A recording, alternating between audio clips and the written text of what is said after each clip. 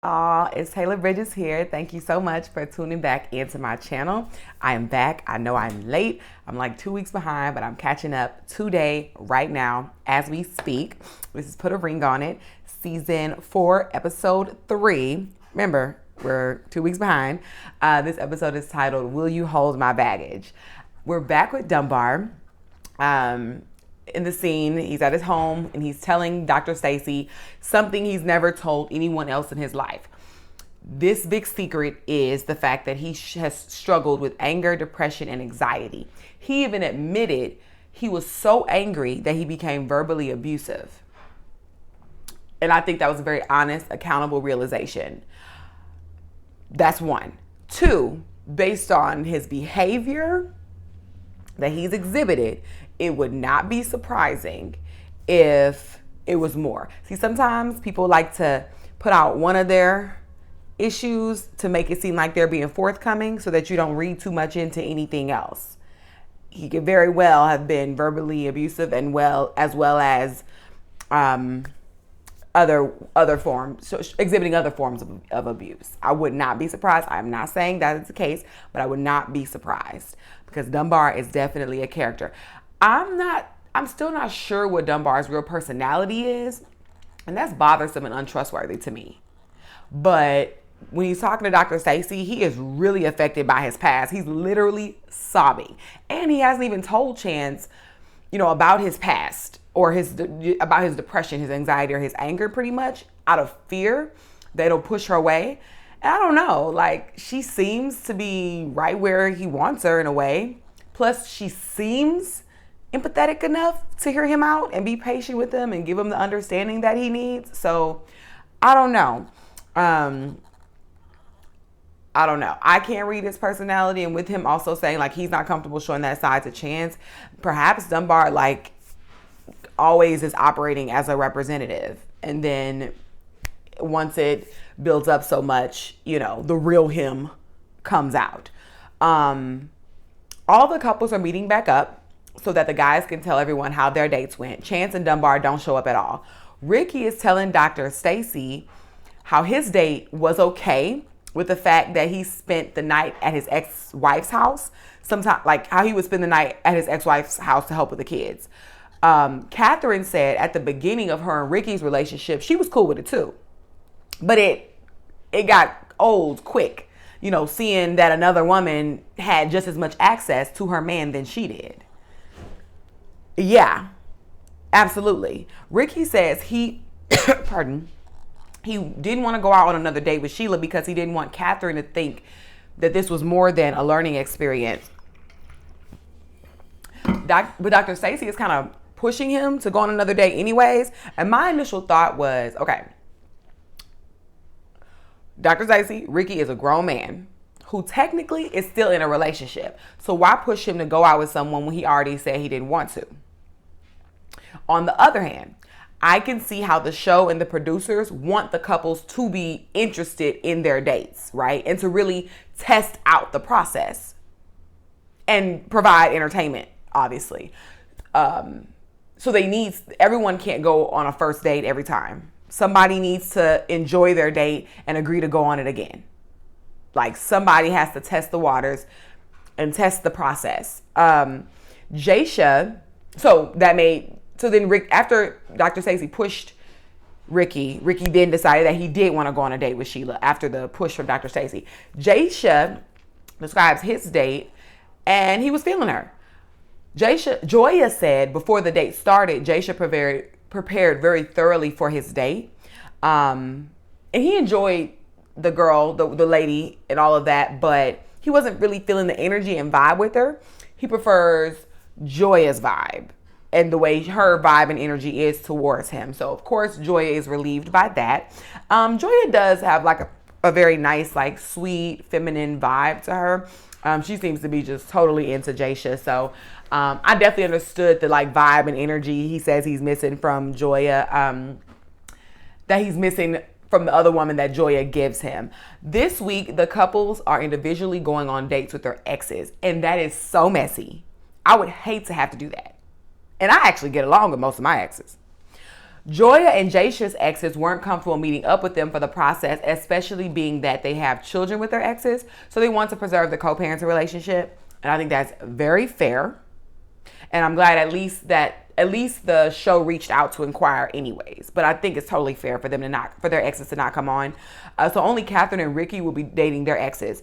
I would have loved to see Dunbar and Chance date their exes. That would have given so much context and insight into who they are, because they thoroughly confuse me. Ricky's ex-wife and mother to his child, Chelsea, is his date. Catherine and Chelsea are already familiar with each other, and they're cordial enough to greet and hug each other, so we're already off to a positive start. Catherine, do you really want Ricky treating his ex-wife better than he treats you? Because that's what she said. Treat her better than you treat me. Are you sure? I'm not saying treat her worse, but better? Be careful what you wish for. We get a scene of Dr. Stacy calling Chance and Dunbar to no avail, and she leaves them a voicemail asking their whereabouts.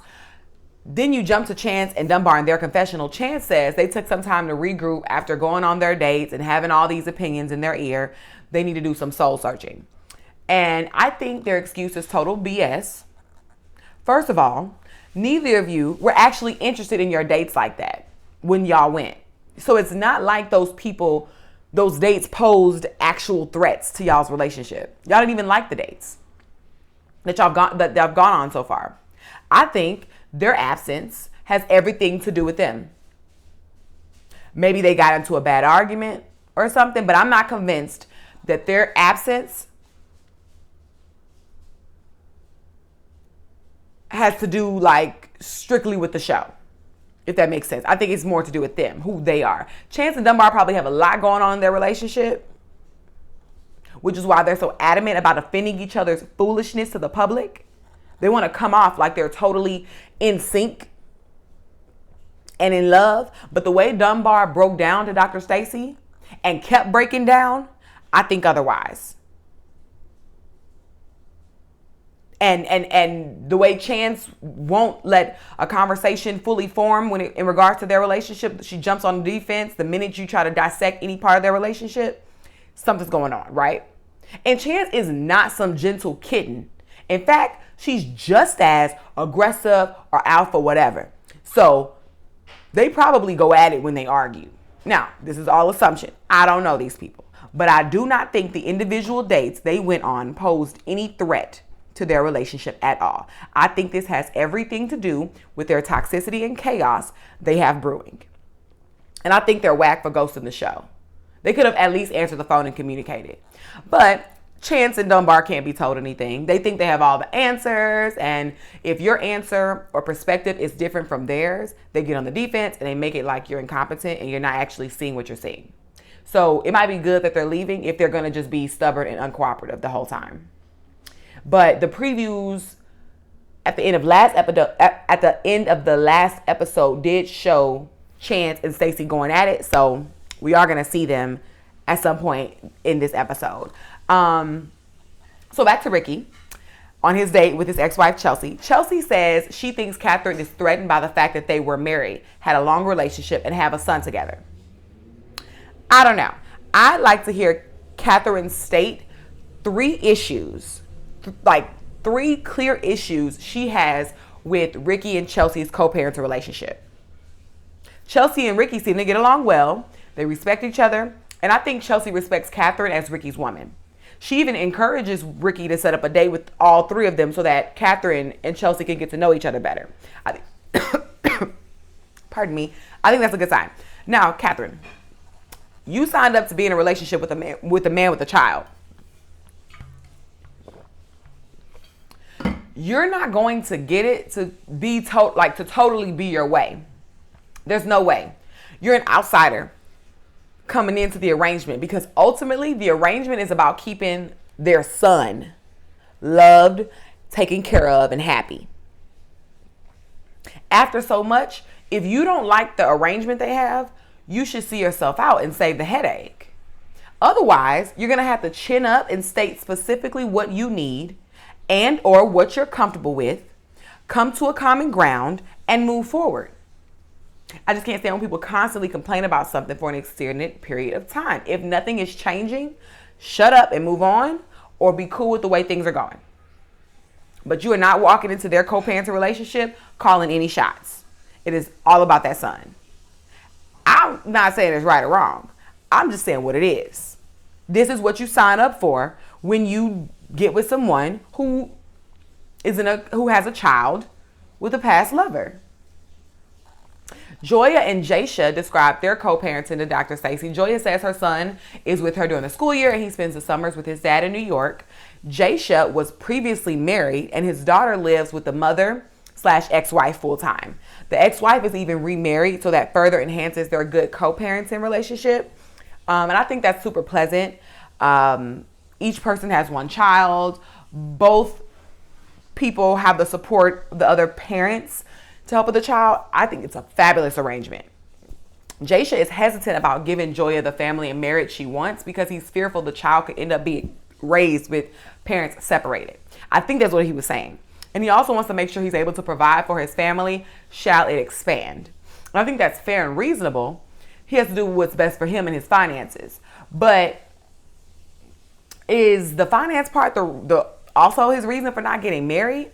Because I can understand not having a kid just yet, but when people use, I don't know, after being in a relationship for a number of years, when people use finances for marriage, I call BS, my opinion. A marriage certificate is less than $100. So there's that.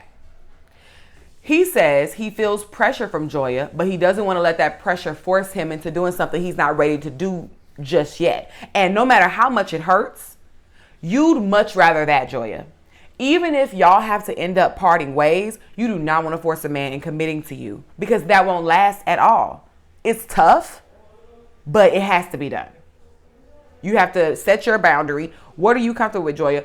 What do you want for your life? State it and make it happen. It's okay if you and Jaysha's timelines differ. Like, it's okay. Even with y'all's like healthy relationship, it could be great. Y'all just not be meant for each other long term. If y'all can't get on the same page, unless you're okay with being a girlfriend until Jaysha figures out what he wants to do. I just know me personally. I'm like, after so long, if you don't know I'm who you want to be with long term and commit to me and form a marriage, then I'm not your chick. That's me. So I think Joya should just state her terms and move accordingly. And because Jaysha stated his terms, like both people get, like, I don't know why people put themselves through that. Like a union formed through marriage should be on common ground. If y'all are on the same page about what y'all want for the relationship long term, then y'all are just not on the same page. And then you're going to resent going along with his timeline. And then the longer you go along with his timeline, the less inclined and less pressured he feels to make that commitment.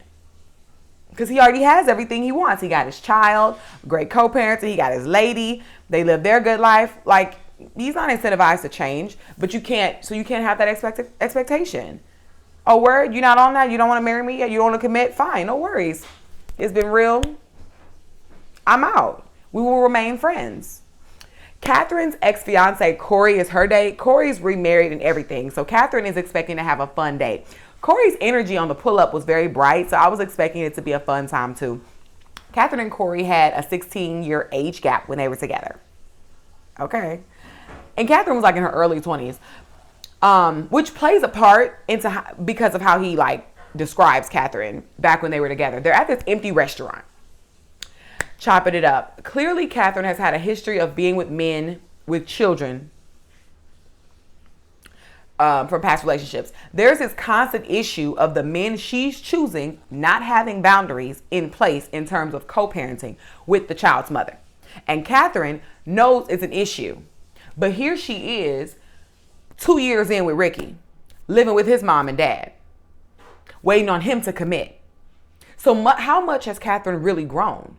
And what exactly is Catherine's limit? Has she quantified it? I said this in the first episode while she was going on her date with Mark. Catherine needs to, just like Joya, Catherine needs to decide for herself what she wants her life, union, and family to look like. Decide for herself and go execute what that looks like. Don't just pick the man that you want and try to force him into who you want him to be and what you want him to do. Don't go just pick a man up and try to place him in your picture. Decide what you want and then be open to the possibilities, of men that fit within that. But don't just go picking whoever. It reminds me of like Jeffrey from Ready to Love. Like she just wants what she wants without considering the circumstances where her life is right now. Like you got kids and all these things. Like consider all you don't just get to date.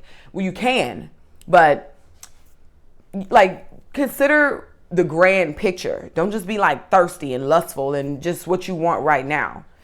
Like Ricky is not the only man in the world. And there are plenty of men that do not live with their parents. Chance and Dunbar are back and they're meeting with Dr. Stacy. I really hope Chance and Dunbar, I was hoping that they were going to do the Exes challenge and they would come back, but we know they didn't. That would have been entertaining. Plus, I'm nosy, so I would have loved to see what kind of people they typically date, because you can't really tell someone's type off of just one partner most times.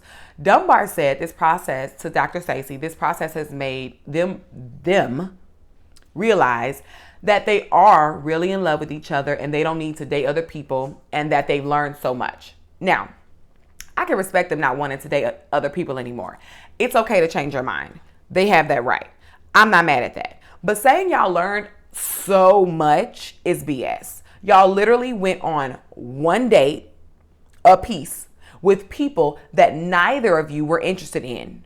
And y'all have been combative at every turn of advice Dr. Stacy has tried to give. Y'all literally haven't learned anything at all. Like y'all literally have not learned anything. Dunbar is super foolish. He says he's not depressed anymore. And that's how you know he's crazy, like in a real way. It goes without saying that that's not how depression works. And here we go. Chance is being supportive of that. Your man being depressed 1 second, and then a few days later, he's not depressed no more. Or a couple weeks later. That's cool. Because mind you, the time they took away couldn't have been more than a few weeks. So you go from bawling your eyes out, venting about the anger you have pent up, your anxiety and depressive thoughts, to being now cured of everything, and now you're perfectly well and delivered. That is so disingenuous, and it's actually really dangerous. That's a very dangerous personality trait. Like, he's crazy. They are so convinced of their delusions. And they're convinced of that because they want to make their reality seem good as is. But it's good, trust me, this is going to get old really quickly. Dr. Stacy asks them, what about the process isn't working? Dunbar says, 1, if a man is not 100% submissive to God, he won't make a change. And he found the woman who helps bring him closer to God. So now he's changed. If we couldn't tell what kind of minister Dunbar was from last episode, we sure can tell now.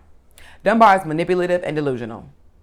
You can see Dr. Stacy like visibly upset about making all this progress with Dunbar, only for him to quit before they could even do any work.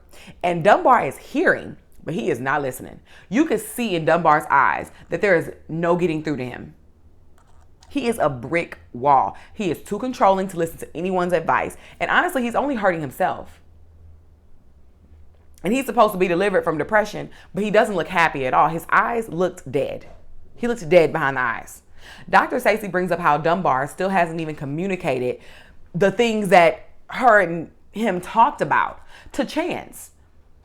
And they haven't gotten the chance to incorporate that revelation into their relationship. And Dr. Stacy reminds Dunbar that he is the one who said he didn't trust Chance. So now Chance's ears have perked up. And he, did you say that? Did you say that? Did you say that? Or is Dr. Stacy putting words in your mouth? Before Dr. Stacy even answers, once again, you see this argument and battle is not worth fighting. Chance is on the defense. She's attitudinal. She wants no critique. None whatsoever. Dunbar says he definitely didn't say that, and it's a good thing they rolled the tape. Because you did.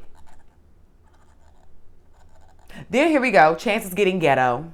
Rolling the neck, getting combative. No, ma'am. Let the minister and the first lady go on about their day so they can lead their flock and spread the good news since they know all about it. And I was so glad that Dr. Stacey kept her composure. Let them go. I do not care. They are hopeless, and I really hope they get everything they want in life with each other. Good riddance. And that's it for the episode. That was it. It was a quick episode. Thank you so much for tuning in, and I will have the following week's episode up very shortly. Thank you so much. Please like, comment, and subscribe, and I'll see you in the next video. Bye.